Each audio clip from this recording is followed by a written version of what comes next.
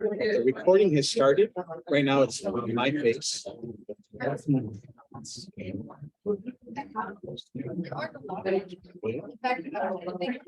Like outside of the books.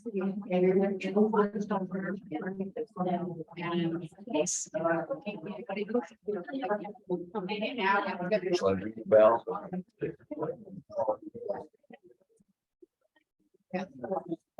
You what? Talk into the, hang on a second. Just, I'll just talk. I'm gonna be talking. actually, let me move the camera first. That's Test, test. So I want to get that camera pointed at him better. Okay. So if, I don't know what, I'll tell you. Yes. You just move the tripod. Hang on a second. In the other direction from what you're doing. Yeah, and closer in maybe. Go towards the door. Towards. I lied. Come this way. Oh, it's too tilted. Tilted towards Father Bill. Just the whole thing. Just lift and turn the whole tripod. Sorry. There you go. Oh, look at that. Okay, that's perfect. Thank you. Just a second. Thank you. Bill, Genevieve and John are here. Can you just talk and ask them if they can hear you? And if so, to put something in the chat. Genevieve, John. Can you put it in the chat, John? Maybe put Yeah. something in the chat line. Can you hear us, Genevieve? Oh, she's good. It's working. Okay. Okay. And I'm gonna turn down my volume loud and clear. Okay, good. All right. Do you want me to introduce you? Do No. you want to ring the bell? Okay, I'll ring the bell. Maybe. I promise not to say anything. There's some different people here. You Hey, better. Google louder. Hey, Google, stop. Hey, Google, stop. Hello, everyone. Hello again. I would like to welcome you to the second of 3 in a series of talks on English mystics in the Middle Ages. Oh, those of you leaving, you're missing out. But I know, sorry, not to spotlight you. Bye. Mary, everyone. So is Berna and so is Sarah. Thank you. No, they're great. They're great. And you can see the recording. That's the beauty of it. You can watch the recording later. So everyone, thank you for the 3 of you. And did Bert come from St. Andrews as well? Kurt, rather. Welcome to all of you and all newcomers. Welcome. It's good to have you here. And I would like to introduce our speaker, whom you know. Father Bill Stafford is a retired church history seminary professor of 45 years, right? Thereabouts. And so he's taught at 3 different seminaries and been the dean of at least 1. Just one. Okay, and we are also we're hybrid recording and viewing on Zoom. So welcome to those of you on Zoom. I'll get the rest of you in a second. And I think we're good to go. So he doesn't want a big introduction, but I could say so much about him, but we love him. So Father Bill Stafford. Thank you. Thank you. Thank you. You want me to wait till you get the other people in? Let me see. I think you're good. Okay.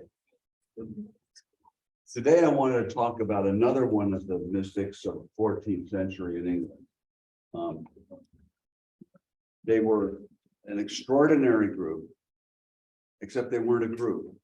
They were all individually coming at the desire to be one with Jesus Christ in an intimate way, in a way which even went beyond what they could ever achieve in regular church going, which they all one way or another were doing.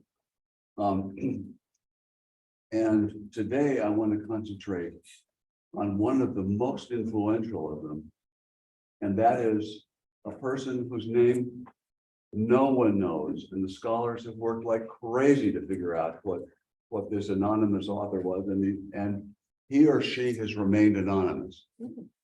It's the Cloud of Unknowing. The name of the book is The Cloud of Unknowing. I first read it after the end of my sophomore year in college, and it about blew me out of the water and stayed out of the water for quite a while. Not because I could follow what it was saying, because I knew I couldn't at that age, at that stage. It comes at different places for different people. The anonymous author, however, was probably a Carthusian monk sometime vaguely around 1460 or a little bit after that. The Carthusians were the strictest and most contemplative of any of the monastic orders anywhere in Europe, with relative solitude the rule for most of the day.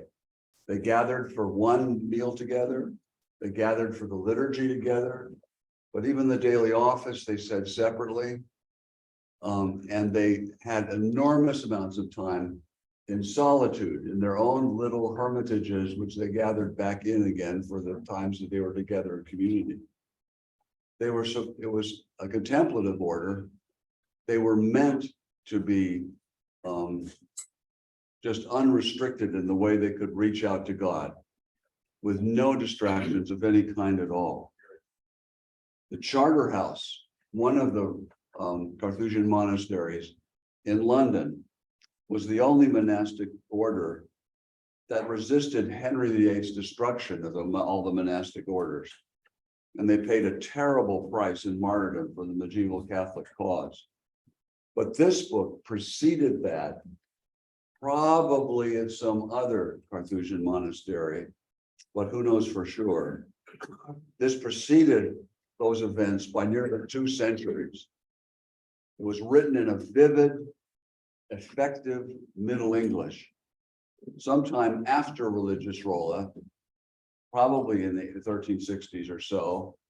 And no one has ever been able to identify the author of this book or of the other treatises and letters that he or she certainly wrote. In the last several decades, this book, The Cloud of Unknowing, has been adopted as a major source for the movement called centering prayer. Some of you may be familiar with that movement. It has brought Christian meditation in interior silence into the mainstream of devotional practice. Centering prayer asks that a person take 20 minutes or so, at least, and at least twice a day, to sit in complete silence, inner silence as well as outer, and to sustain that, to use a brief word like love, repeated the whole time, just that, nothing else, so as not to be distracted by any kind of thing. And when thoughts intrude, just let them go, and then go on saying love or God or something short and immediate to still your thoughts and just be moved by love for God. Love for God, just concentrated without any mental thoughts at all, in perfect silent communion of love. Anyone can practice centering prayer. There are many groups and teachers available, and it is very useful for a lot of people. I can't do it myself. I've tried, but lots of priests and lots of lay people can and do. The practice of using a short word or phrase in this way is in fact mentioned in the Cloud of Unknowing. But the 14th century author did not seek a wide audience for his book, not at all. There's a strong warning at the beginning of the book and at the end. Stay away from this book if you're not ready for it. Don't even share it unless you are called yourself to the most advanced degree of perfection possible in this life.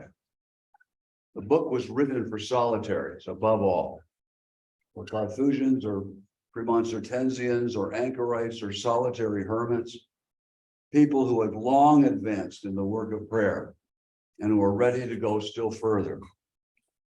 The author does admit that this highest level of contemplation may, by a very special and unusual gift of grace, be possible for someone who is in the active life, who is actually in a regular monastery, or simply living a life in which they have some space for prayer, serious prayer. But he or she obviously thought that that gift was very rare. Early in the book, the author distinguishes two levels of Christian life. They are two: active and contemplative. Like Martha, the active one, and Mary, the contemplative one, sitting at Jesus' feet. I want to read you a brief passage where he talks about those different levels. He starts out with the active life. The lower part of the active life consists in good and honest corporal works of mercy and of charity. That's what ordinary people do. The higher part of the active life and the lower part of the contemplative consists in good spiritual meditations and earnest consideration of a man's own wretched state with sorrow and contrition, of the passion of Christ and of his servants with pity and compassion, and of the wonderful gifts, kindness, and works of God in all his creatures, corporeal and spiritual, with thanksgiving and praise. That's the whole meditative life. But the higher part of contemplation, insofar as it is possible to possess it here below, consists entirely in this darkness, in this cloud of unknowing, with a loving impulse and a dark gazing into the simple being of God himself alone.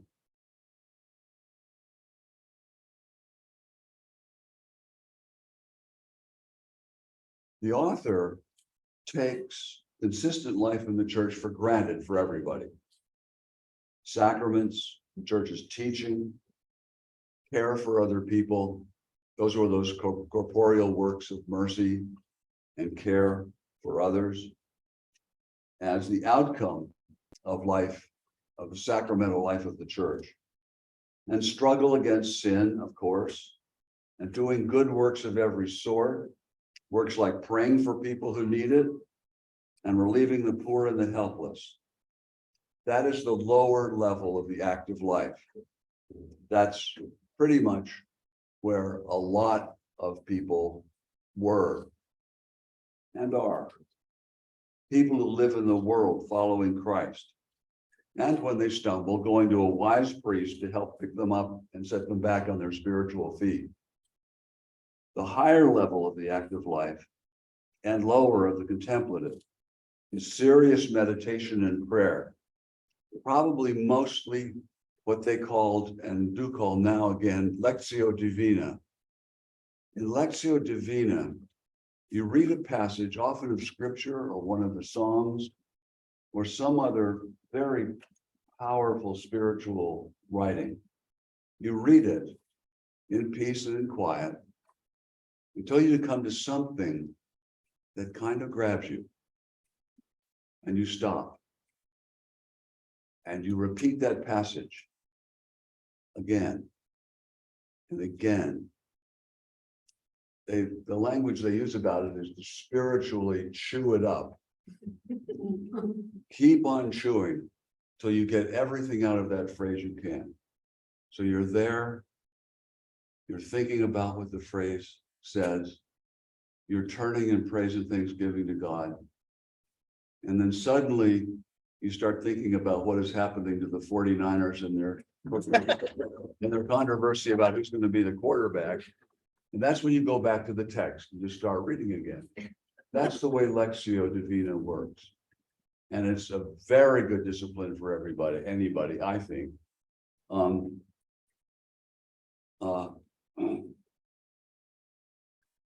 It's shared by devout people and by monastics, and it's fairly widely practiced now.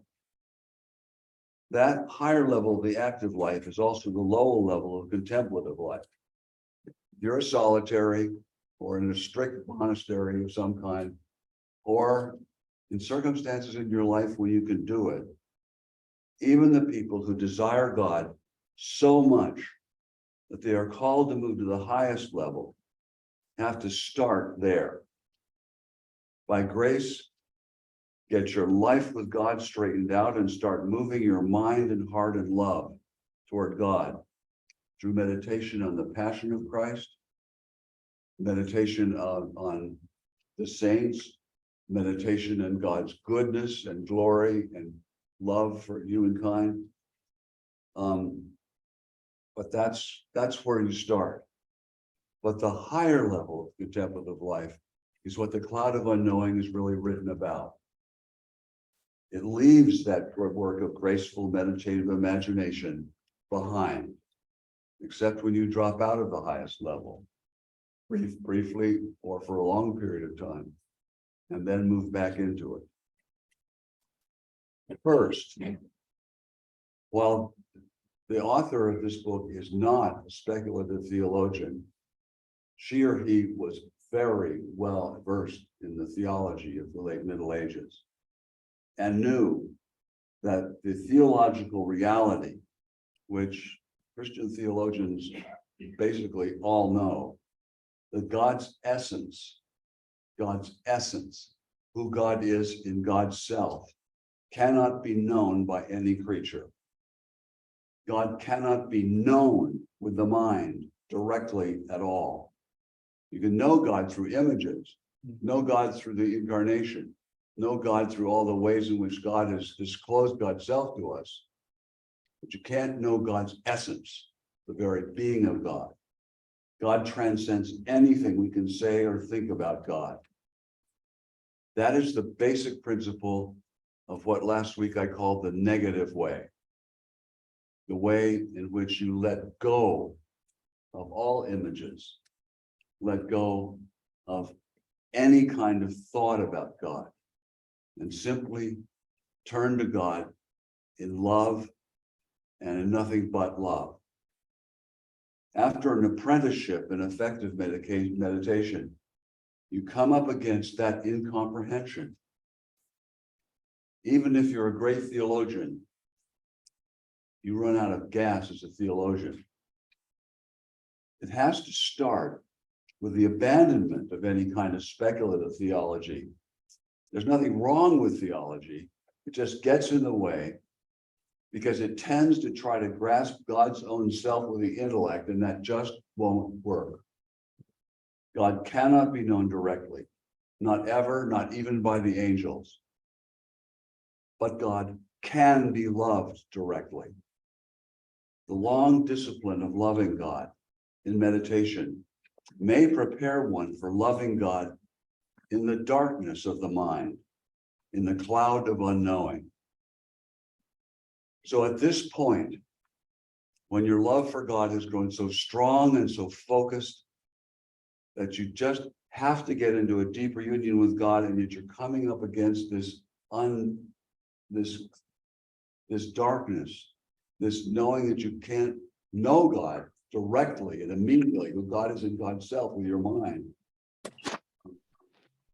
You leave all creatures behind in what the author calls the cloud of forgetting. You just, in this exercise, on this stage, you just can't focus on them in any way. That's not because there's anything wrong with creatures. It's because they are simply a distraction from God's self at this stage. Everything has to be turned within you towards God, and that means letting go of everything else, including even your best thoughts and feelings about God that you've gotten in meditation. Those too have to be covered by the cloud of forgetting at this point. Even your sense of your own existence has to be let go. Not your existence, you will still be a creature made in God's image, but you won't be conscious of it. You'll only be aware of the darkness of your mind and the love of your heart towards God and God's love for you. When such things come, thoughts, speculative theology, wonderings, frustrations, just let those thoughts go right away. Don't be caught up in them. That the author of this book emphasizes that again and again and again. Don't fight them. That's to get involved with them. Just let them go. Richard Rolle, as I talked about last week, his ideas about experiencing heat and song and sweetness and all that. The author of this book thinks that those things, he's quite critical of Rolle, not by name, but clearly. He thinks those things are just distractions from the higher levels of contemplation. In any case, he also thinks they're ambiguous. Feelings, just feelings, physical or internal, are really irrelevant to loving God. You can have these great, glorious feelings of union with God and be completely deceived by that. Let all go. Let it all go in the cloud of forgetting. Then focus your love on God's own self. God in God's self, whom you cannot know, but you can love. Just God's self. So there is a helpful exercise to do that. Take a short word. Here comes the link to centering prayer. Take a short word, God or love, of the author's examples. Just keep on battering that word in love on God in the darkness of the cloud of unknowing, knowing that you don't know God, but you love God. Keep on, except you forget your own love for God, except as it's expressed in that short word and that movement of the whole interior self towards God.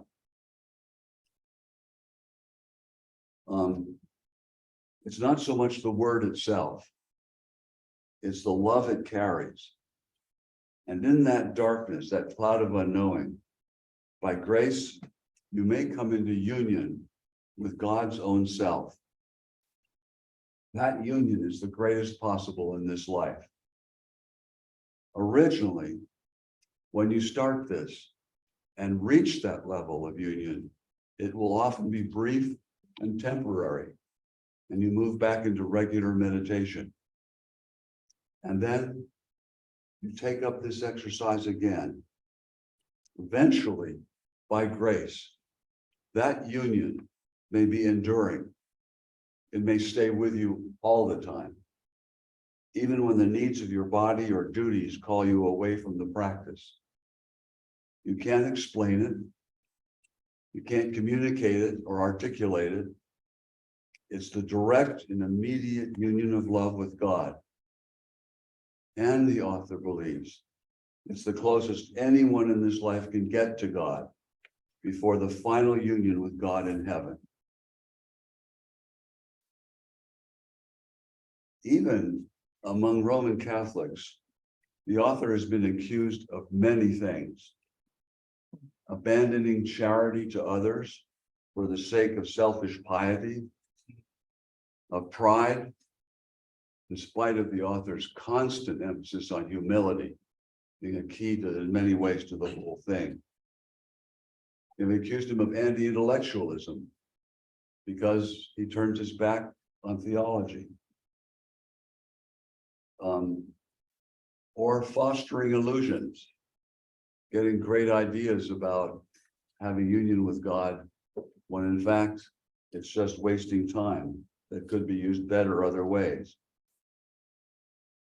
His or hers only real answer to any of those criticisms, which were alive in his own day, and since then, again and again have been.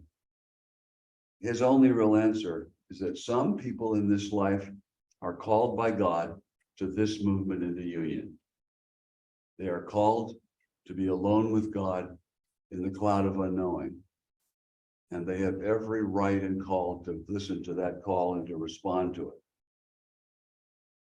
Conclusions? What do I make of this?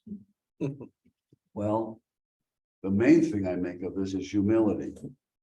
since I can't even practice centering prayer successfully. I can meditate, especially in Lectio Divina, and I need to do that much more than I do. I have my own gifts and calling, and being a solitary is clearly not one of them. If I tried to, Barbara would have something to say. But the longing for God, that love longing, can live and grow in anyone and in any circumstances. And that love longing for God is what this author is fundamentally talking about.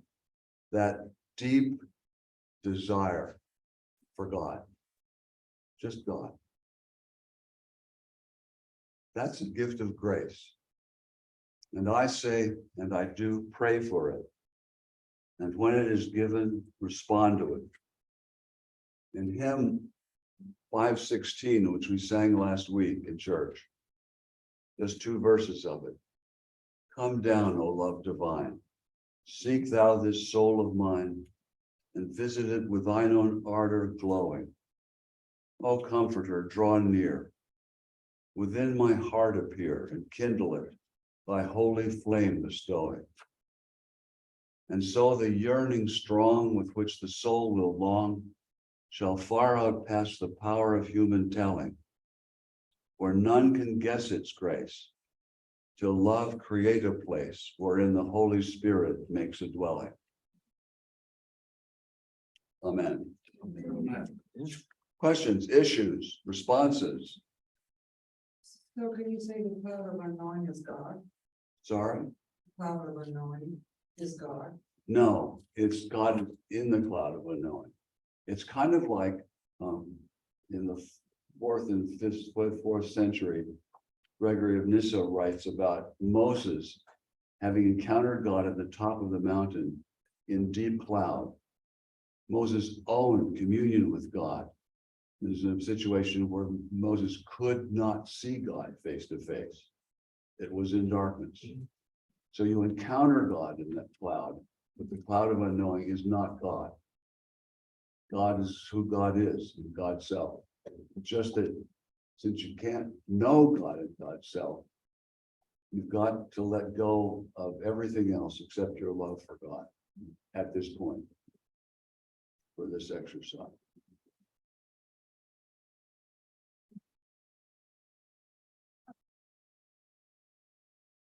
Many years ago, I was at the College of Preachers in Washington, D.C. And we were learning, our whole thing was learning to meditate. And, you know, in February, there are a lot of potholes in Washington. And I'm not talking politically. And we were all quietly meditating. And a truck came by and went, you know, hit one of those holes. And we're sitting there, and about 10 seconds later, and I'm quoting here, our director said, "Let the goddamn truck go." And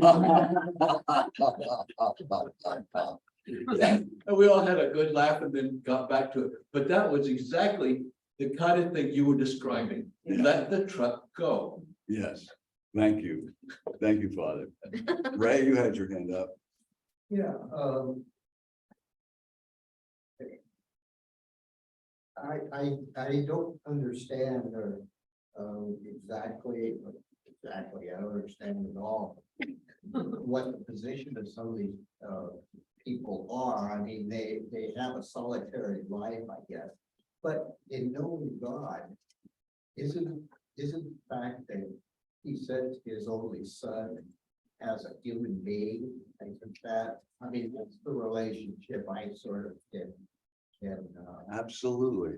It all starts and his stops in the mother incarnation. also, you know, I mean, they're human beings. But even in Jesus, knowing Jesus and having that relationship with him in the incarnation, which is where every Christian lives, absolutely, including all of these people.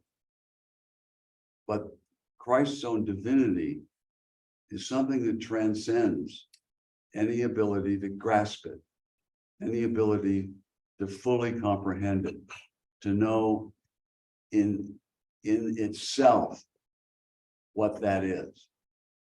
We can know everything that flows from it. God's love, God's wisdom, God's care for us. All that flows out of God, often referred to in the Eastern Christian tradition as God's energies. Those we can know. But God's essence, including in Jesus, no.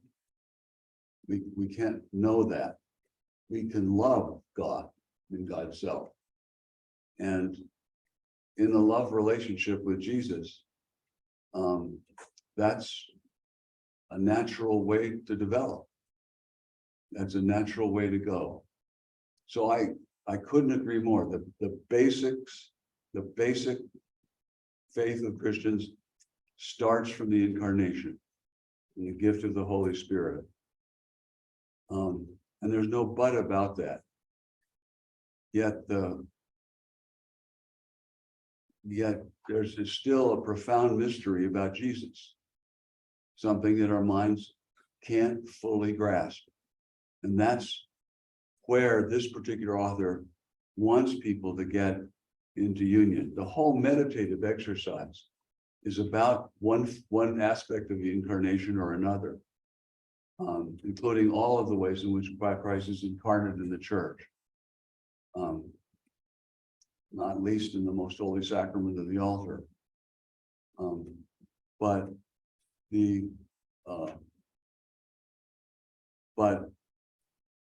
the full-blown, unmixed, because Jesus is never mixed, divinity of Christ.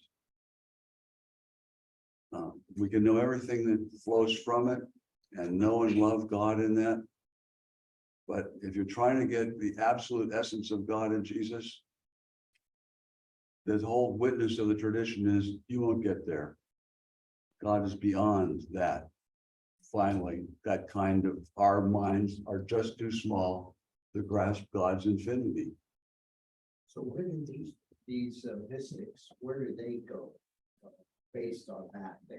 They also have the same limits, right? Even though they might be in a higher intellectual plane, but they have the same limits. And so what is their? That limit is exactly what the Cloud of Unknowing is about. You encounter that limit, but you can't. It's when you really realize that you cannot know God in that way, but can love, that you concentrate that love and move into union with God through love, with God's own self, with God's own essence, with God's own being. You can come into union as a creature always, but someone who is in the image of God and that blooming and growing. But the limitations that one's intellect has in encountering God are where this author starts. That's it's not something you deal with that much in meditation. It's not something that you keep on thinking about particularly at any stage. But once you realize that God transcends anything that you can think about God, then your love for God needs to go somewhere. And it goes into the cloud of unknowing. Ron? I can add some practical tips here for those of you. I'm a practicing yogi. Those of you that may not know that, but I am a yoga instructor and I'm a practicing yogi. I've been one for 20 plus years. And meditation is a very strong practice, and it's a very practical thing that all of us should do and can do. It's nothing mythical. It is very, very doable, very, very achievable in your day-to-day life, right at the bus stop too. It really is. It really isn't. And it starts with something as simple as breath work. So I'm happy to conduct one for you anytime, but just nice long inhales and exhales with a count. But trying, he's exactly right. There's thoughts that will keep coming and going, keep coming and going, keep coming in. But you have to keep coming back to the breath. And after doing this again and again, first for 2 minutes, then for 4, then for 10, then for 20, then for 40, It takes time, it doesn't happen overnight. You will see how it impacts the way you observe everything that is happening around. Like right now, all of us, if we're in this, we're here for a reason, every single, but you have to be willing to receive and say, let me observe, what am I here, right in this room at this time? What is this room giving me and what am I giving this room? But did that thought ever come to us? It didn't even come to us. We thought we were sitting here listening to a lecture. But that's not the case. You are here for a reason. There is some energy over in this room that you are giving and you are receiving. And that comes with this constant practice. And another thing that comes with this constant practice, another thing that helps significantly is chanting. The Eastern tradition of chanting. You know, we keep saying om, om, om, which is the universal sound of the universe. That's what it is. Not got nothing to do with Hinduism or anything. That's all nonsense. But in our, it could be just saying the Hail Mary 100 times. Just try it, or just sit and say, I'm going to say the Hail Mary 50 times. And just say it and say it and say it and say it, and you will watch. You're going to get distracted. You're going to get distracted. You're going to get, but suddenly you'll be in a zone. And that zone is this beautiful state of complete openness, where you feel completely free of, like, you know, nothing matters is what I say. Like I have to repeat to myself on my hikes every time. Nothing matters, nothing matters, nothing matters. Because truly, nothing matters. It is this beautiful, blissful state you're in. So if those of you who are hikers, it's a lovely time to meditate. Just amazing. Just say the Hail Mary 20 times on your hike. You will see how the flowers will look different. I'm being absolutely honest and true. And practice it. It's really good. Thank you, Ron. Thank you for that witness. Carol, I saw your hand. Yeah, I want to say, interesting, and I want to thank you for what you added at the end about yourself, because, you know, as you were talking, I'm thinking, well, it's all fine and good for people to make this their goal, and as you presented, it's like, you're a lower or a lesser person if you're down at the lower state, you're a better person if you get up to the higher state. And for the most part, I think most of us are combinations of both Mary and Martha. And I think that's not a bad place to be, because you pick up the meditative parts that Ron's talking about and add it to your life that you're doing as you're being the Martha. And it's like when you were talking, it's like you're a lesser person if you don't reach this higher state. And I'm like, not all of us are called to that higher state. And I think most of it is that balance of being the Martha and the Mary, and then how to merge the two and have that balance line on the side. So I appreciate what you said. Yeah, the author never says that you're a lesser person, but there's no doubt that he is thinking as everyone in the Middle Ages did think, inevitably, in a hierarchical kind of way. There are, in the Bible, it says, star differs from star in glory. And some people are called to some things that I am no Sister Teresa. I am devoted to her whole order's practice of this. They kept on rotating between a contemplative monastery and their active work with the dying in the slums of India. They would keep moving back and forth in and out of that kind of way. And that's one example of how Martha and Mary support each other, even in community, and constantly so. So thank you. I don't think we have to think hierarchically about some people being lesser than others. I think that we are all the beloved, redeemed children of God, made in God's image. But there are different calls in that, different shapes to life in that, and they're distinguished from each other, not hierarchically. Not, I am no absolute enemy of hierarchy, but in our world, I don't think it's helpful to think in those terms at all. And I thank you for pointing that out.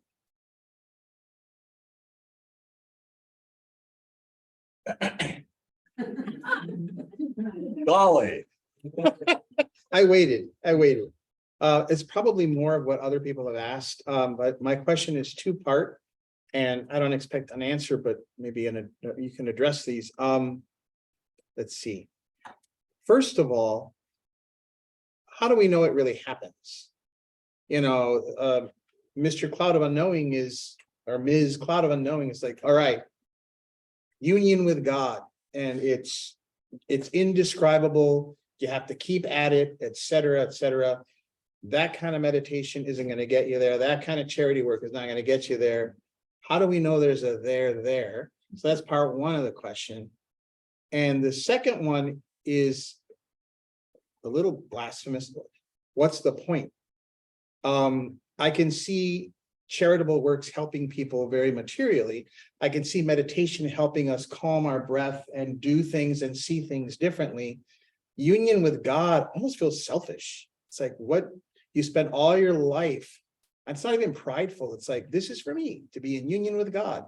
How is there value in that? So how do we know it exists and what's the good of it? Not to ask, Well, such big questions. well, the only way to know it exists is to believe the witness of the people who've been there. So they've written about it, like They've written about it, or they've witnessed to it in one way or another. And you have to decide whether the authenticity of their witness is right or whether it's an illusion. Yeah. Or just prideful selfishness expressing itself.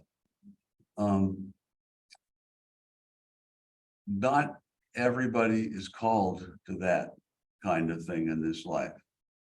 And the author is perfectly clear on that. Not everyone is called to it. But loving God and being loved by God are just of supreme value. They don't take away from corporal works of mercy, which you were alluding to. They don't at all. They don't take away from that a bit. But in the end, knowing God in Jesus Christ, loving God as God is in God's self, that's just a value, what we were made for. The Presbyterians have a confession of a sort of catechism, and it starts off in its old language. What is the chief end of man? The chief purpose for which human beings have been created? Their answer is to love God and enjoy him forever. That's what we're made for. Well, if that's so, then that's so. And that's where hearts get called, even now. And if one doesn't want to do that at all, it's hard to know how you're going to spend your time in heaven. Gee, nobody's in need here. Why am I here? Well, there's a reason for that. There's an effort to respond anyway. Father? What Ron talked about, the zones. I've experienced that in writing and composing, because there's chronos time and kairos time. And when I'm in that kairos time, there's no time. It just happens, and I wake up and say, wow, 2 hours has gone by and I didn't know that. Yeah. And that's the zone that I hear and that I experience once in a while, so I can testify that happens. And it's really a miracle. Yeah. Ron? I got just 2 books to recommend for a light to, if you want to go a little deeper into this stuff. One of them is called The Monk Who Sold His Ferrari. If you haven't read that, it's a very light read. It's a fabulous read with some very interesting meditating techniques, like putting a flower in front of you and just staring at the flower. That's it. Now try and stare at a flower right in front of you for, I don't know, just try for 2 minutes. Just stare at the flower. Very, very, very, it's called The Monk Who Sold His Ferrari. And another one that leads you from this lovely conversation that we're having to actually go deeper and deeper is a conversation with God. If you haven't read that one, that's up. You know, at least I thought it was finished. There's a version 1, 2, and 3. Book 1 is by Neil Donald Walsh. And it is a down to earth how a conversation with God happens and takes you through this very beautiful step-by-step approach into, you know, you're just reading a book and you, next thing you know, whoa, it's one of those. Thank you, It's Ron. very nice. Thank you. Wow, thank you. Can I say one? Yeah. I was thinking about your question. And I was thinking about how, you know, when you live in the world of doing, like coming to church, doing service, always being in the mind of service. Like you say, you get burnt out. You get bitter sometimes, you get resentful. And sometimes I think the only place to go to be, God will refill you. Your love for God will refill you. And that to me is just, that's one reason why to do it. For me, you know, to just get filled up again so that you can keep giving the love. I want to sort of pull back a little. I think I was responding against that sense of hierarchy. Like, okay, you can do that meditation, but that's not really the union with God meditation. And I agree. I mean, I've been leading morning prayer online every day for 3.5 years. And there are times the same canticles come up and I begin it. And then all of a sudden, it's over. And I had I don't know where I was. It's like, oh, I hope I said that right. Because it's every day and there are like 10 people listening in and they probably let me know, but you sort of fall into a trance, like Father Ernest was saying, and like Ron has been saying, and it feels good. I mean, even though I'm like, I hope that was right. It's like, I went away. And so I think for me, the thing of like union with God, I want to feel like this has value. And so I think that's what I was pushing against. Yeah. There's value in losing time writing music or gardening because you sort of step out of your own cares. And I think God is in those things too. Absolutely. I know. I mean, I'd call that union with God or my sense of it. So maybe it's just to each their own. Find the thing that brings you closer to God. Maybe so. Maybe so. I think he's shooting, he or she is shooting for a situation in which that just doesn't go away, in which it's a permanent underscoring reality all the way in life. So there's more than one way to be a mystic. And next week, we're going to be with Julian of Norwich, whose union with Christ led her to very serious questions that she wanted to ask Jesus, that she didn't have any answers to from the church. So she's kind of, in a way, a prophet, as well as being one of the deepest theological writers that I personally know. Out of a union with Christ that begins by an immediate and completely real and vivid sense that she is experiencing the death of Jesus on the cross. She's experiencing the real thing as she herself is dying. And it's out of that death that she is reborn to amazing, to me, amazing wisdom. So different ways to be a mystic, even in the 14th century, and different ways for us in this room today. So thank you. Thank you.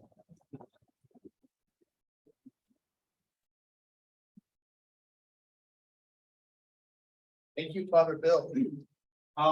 Just to today, Ron, I think we've got a little book club talking series. Yeah. So let's talk about that. Because I think when this organically happens, it means something. And I think folks here are hungry to learn more. So we should talk about that. Secondly, please tell your friends that we'll cut that part out at the beginning where I was calling them by name and saying they were leaving, in case they feel uncomfortable. You can edit that out. They're fine. Okay. Thank you all. Come back next week and thank you. Thank you. Thank